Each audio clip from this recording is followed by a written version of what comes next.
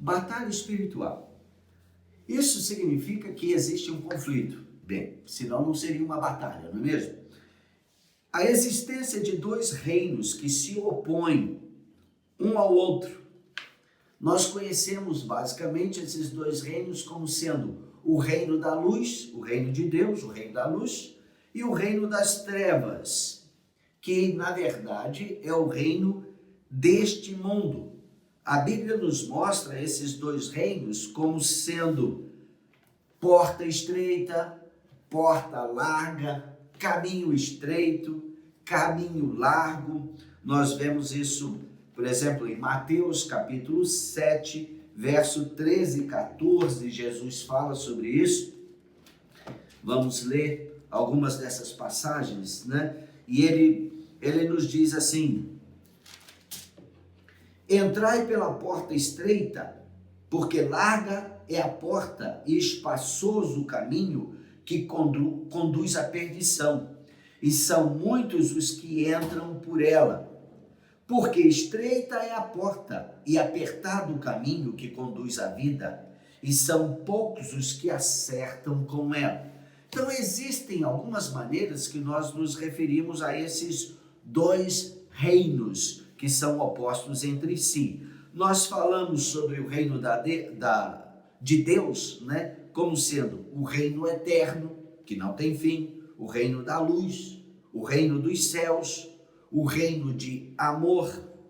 E este reino sempre existiu, né? Quer dizer, nós teríamos que admitir que ele existe da mesma forma, no mesmo tempo que existe Deus. E como nós sabemos que Deus sempre existiu, Deus é um ser não criado, sempre existiu, e eu não tenho como te explicar isso, eu só posso admitir que o reino de Deus, o reino da luz, ele também sempre existiu. E Deus é o Criador, é o sustentador de todas as coisas.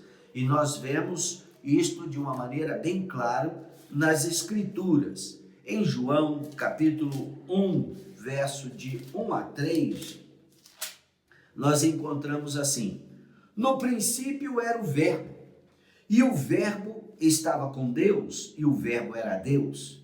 Ele estava no princípio com Deus. Todas as coisas foram criadas por intermédio dele, e sem ele nada do que foi feito se fez. Nós vemos também em Colossenses capítulo 1, versos 16 e 17, que é apresentado a criação desta forma, né? Capítulo 1 de Colossenses, versos 16 e 17, que fala: pois nele, isso está se referindo a Jesus, foram criadas todas as coisas, nos céus e sobre a terra, as visíveis, as invisíveis, sejam tronos, sejam soberanias, quer principados, quer potestades. Tudo foi criado por meio dele e para ele. Ele é antes de todas as coisas. Nele tudo subsiste. Este é o fundamento do reino dos céus. Deus é o Criador. Tudo está centrado nele. Sem ele não tem existência de nada. Ele é o Deus da vida, o autor da vida, o sustentador da vida. Então, tudo que você consegue imaginar, que você consegue pensar, que você consegue ver, até as coisas que você sabe que existem, mas que você não consegue ver, o mundo invisível, digamos assim, foi criado por Deus. Deus é o sustentador de todas as coisas, né? Então, nós sabemos pela palavra de Deus que também Deus estendeu este reino criando seres que são seres morais. E a Bíblia diz o nome de alguns desses seres, como anjos, arcanjos, querubins, serafins, né? E maior talvez, mais numerado de todas as classes, o homem criado à imagem e semelhança de Deus. E Deus mantém tudo isto através da sua palavra de poder, através da sua soberania, algo que ele nunca compartilhou com ninguém, nunca abdicou-se desta função de soberano. Lá em Hebreus capítulo 1, verso 3, diz assim: ele que é o resplendor da glória e a expressão exata do seu ser, sustentando todas as coisas pela palavra do seu poder. Depois de ter feito a purificação dos pecados, assentou-se à direita da majestade nas alturas. Isso se refere também a Jesus, né? E nós podemos ver que o governo de Deus sobre todas as coisas que ele criou e estendeu é através de amor e confiança. Esse reino sempre existiu e a característica dele revelada para nós é que ele nunca terá fim. Ele sempre existirá. Este é o compromisso que Deus tem com tudo aquilo que ele criou, né? Mas, então, da onde vem o conflito? Se o conflito só é possível quando existe uma oposição, quando foi que surgiu o segundo reino, que nós chamamos de o reino deste mundo, que Jesus se refere, né, a ele lá em João capítulo 18, verso 36, quando ele fala que ele não é deste mundo, o reino dele não é deste mundo. Então ele dá a entender que este mundo se tornou um reino em si mesmo. Ele é também conhecido como Império das Trevas, e Colossenses capítulo 1, verso 13 diz que ele, Jesus, nos libertou do império das trevas. Então, império das trevas, reino das trevas, onde nós estávamos cativos. Satanás é apontado como príncipe deste mundo. Lá em João capítulo 14, verso 30, mostra que Jesus se refere a Satanás como príncipe deste mundo.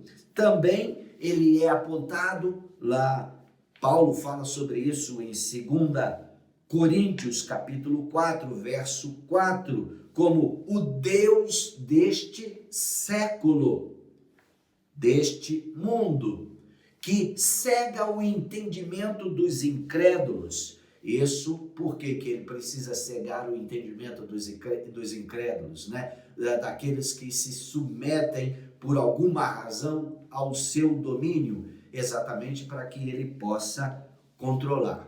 Mas quando isso começou? Bem, isso é uma pergunta muito difícil de se chegar a uma conclusão. Nós temos algumas citações na palavra que nos dá alguma indicação sobre isso, mas ainda assim isso não aponta nada com precisão, nós teríamos que conjecturar, né? A primeira passagem que a Bíblia nos mostra a respeito de uma oposição está exatamente no primeiro livro da Bíblia, Gênesis, no capítulo 3. E diz assim, vamos ler algumas dessas passagens, né? Capítulo 3 de Gênesis diz: mas a serpente, mais sagaz que todos os animais selváticos que o Senhor Deus tinha feito, disse à mulher: é assim que Deus disse, não comereis de toda árvore do jardim?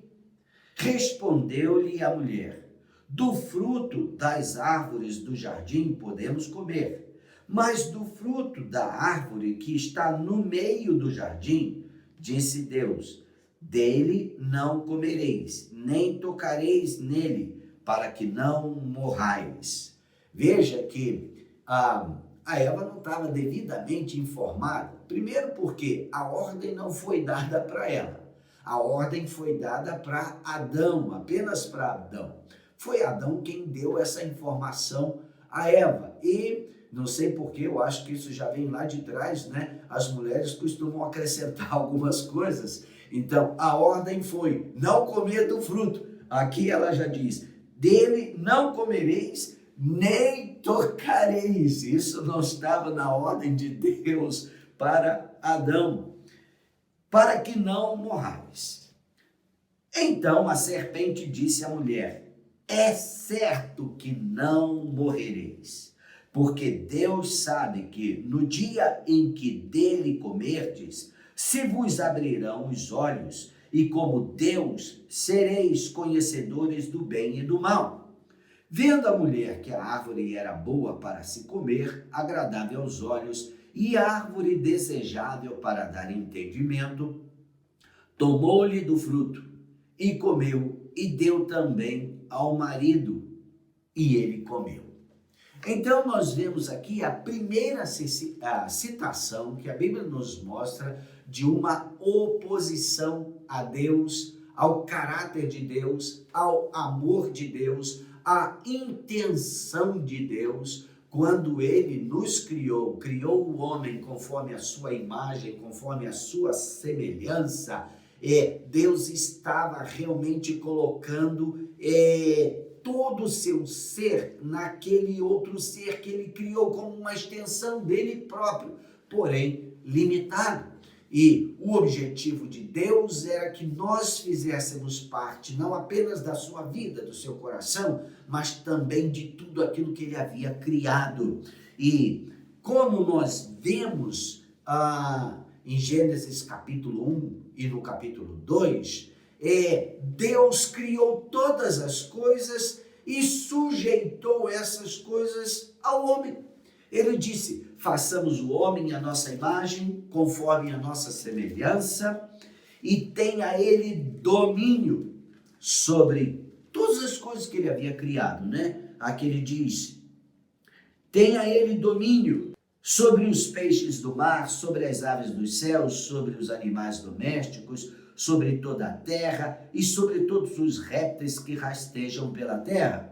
Criou Deus, pois, o homem à sua imagem, a imagem de Deus o criou, homem e mulher os criou, e Deus os abençoou.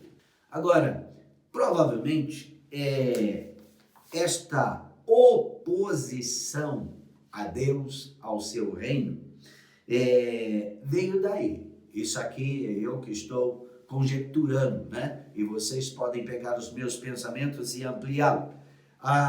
Satanás, ele não é um opositor a Deus. Ele não tem como ser um oponente a Deus. Ele não está à altura de Deus.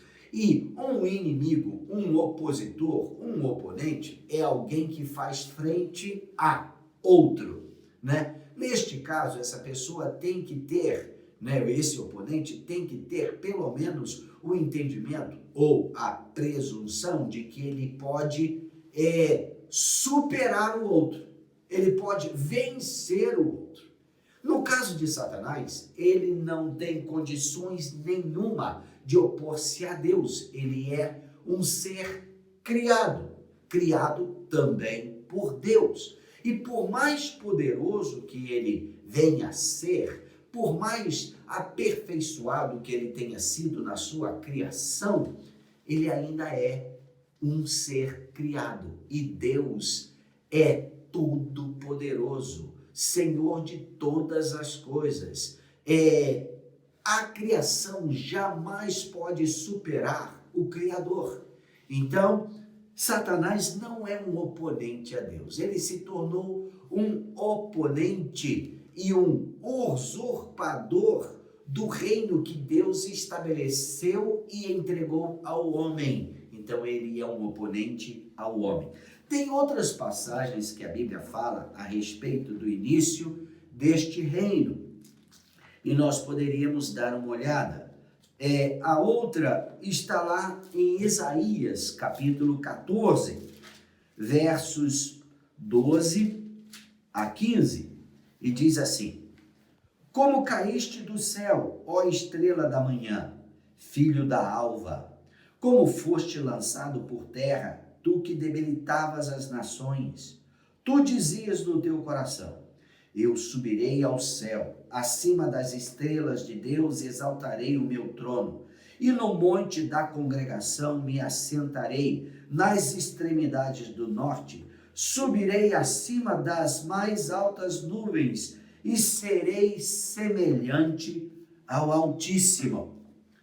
Contudo, serás precipitado para o reino dos mortos, no mais profundo do abismo. Essa é uma citação a respeito de Satanás ou de Lúcifer e que, na realidade, mostra aqui uma comparação com a mesma atitude que existia no Império de Babilônia, que governava o mundo todo. Babilônia era essa espécie de autoridade que usurpava, dominava, quebrava tudo que tinha pela frente.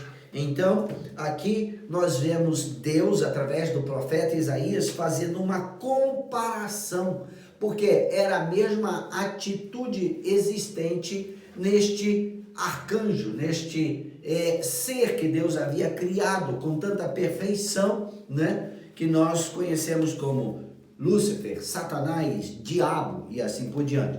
A outra citação que a Bíblia nos mostra, e é interessante que aqui em Isaías ele fala que ele subirá acima das estrelas.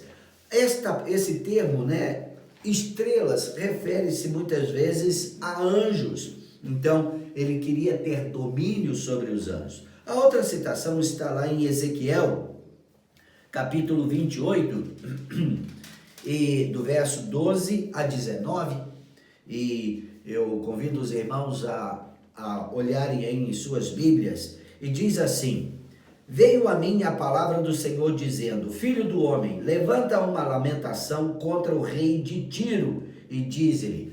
Novamente nós vemos aqui uma comparação, um paralelo, que mostra que um ser, um rei de uma determinada nação ou cidade, tinha as mesmas atitudes que Deus viu e denunciou neste ser, né? E ele diz: assim diz o Senhor Deus, tu és o sinete da perfeição, cheio de sabedoria e formosura. Estavas no Éden, jardim de Deus. De todas as pedras preciosas te cobrias: o sárdio, o jaspe, a safiro, o carbúnculo e a esmeralda. De ouro se te fizeram os engastes e os ornamentos. No dia em que foste criado, foram eles preparados.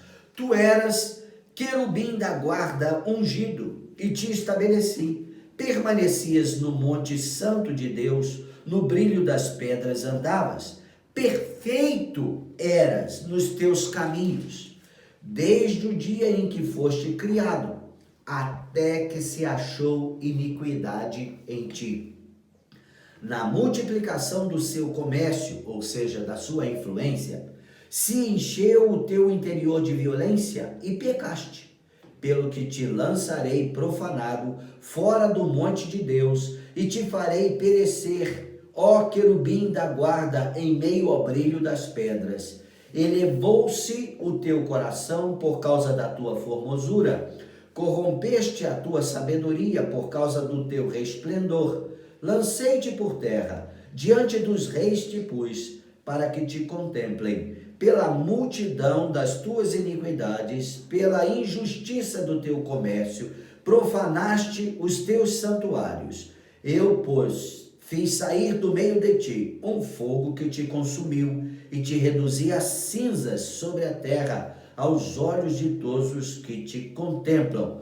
Todos os que te conhecem entre os povos estão espantados de ti. Vens a ser objeto de espanto e jamais subsistirás. É outra comparação, mas que nos mostra aqui uma porção de conteúdo a respeito deste ser que foi criado por Deus com um propósito tão nobre, santo, puro, perfeito, como ele diz aqui que ele foi criado, mas se corrompeu por causa de vaidade, por causa de orgulho, querendo ser como o Criador, ele sendo um ser criado. Tem uma outra passagem que nós vemos que faz uma menção a também esse ser, que está lá em Apocalipse, capítulo 12, no verso 3 e 4, que diz: viu-se também outro sinal no céu, e eis um dragão. Quer dizer, é uma palavra que é sinônima do que aparece lá em Gênesis, que fala sobre a serpente, né? Mas aqui, dragão grande, vermelho, com 7 cabeças, 10 chifres, e nas cabeças 7 diademas.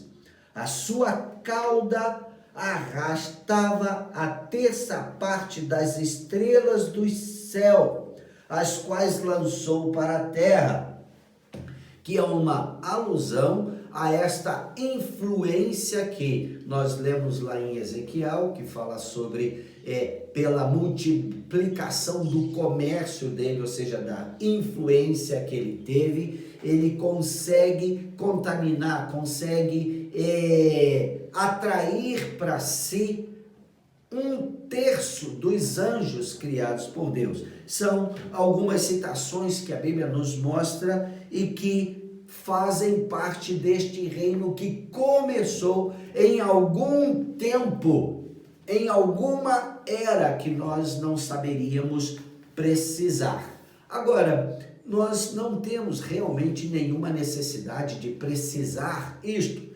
apenas precisamos ter a ciência de que existe. E então, no mundo que Deus criou perfeito, que entregou às nossas mãos, ou seja, para que o homem governasse, tomasse conta, desenvolvesse segundo o modelo que Deus havia estabelecido no Éden, agora temos uma oposição, alguma liderança paralela que procura atrair a nossa atenção ou a decisão do nosso coração. Então, o reino das trevas, ele começou com a atitude de rebelião, de independência, de egoísmo, orgulho, vaidade. E quando você tem essa plataforma, esses fundamentos num reino ou em qualquer situação que exija governo, só tem um jeito de você governar: é através do medo, da ameaça, do controle. Por quê? Sem isso, fica totalmente desgovernado. Agora, para que você estabeleça controle, você tem que escravizar. Então, a característica do reino da luz, o reino de Deus, o reino de amor, é liberdade. E este é um bem que nós nunca deveríamos negociar. Como a característica principal do reino das trevas é a escravidão. A escravidão no sentido literal, quando alguém domina totalmente sobre o outro e ele é impedido de ser livre, como também a escravidão do próprio coração, que vem através das paixões, vem através dos desejos que estão fora do controle de amor, né? E isso leva as pessoas à destruição e à morte. No princípio era um reino, no futuro também será apenas um reino. João capítulo 16, verso 11 diz: o príncipe deste mundo já está julgado.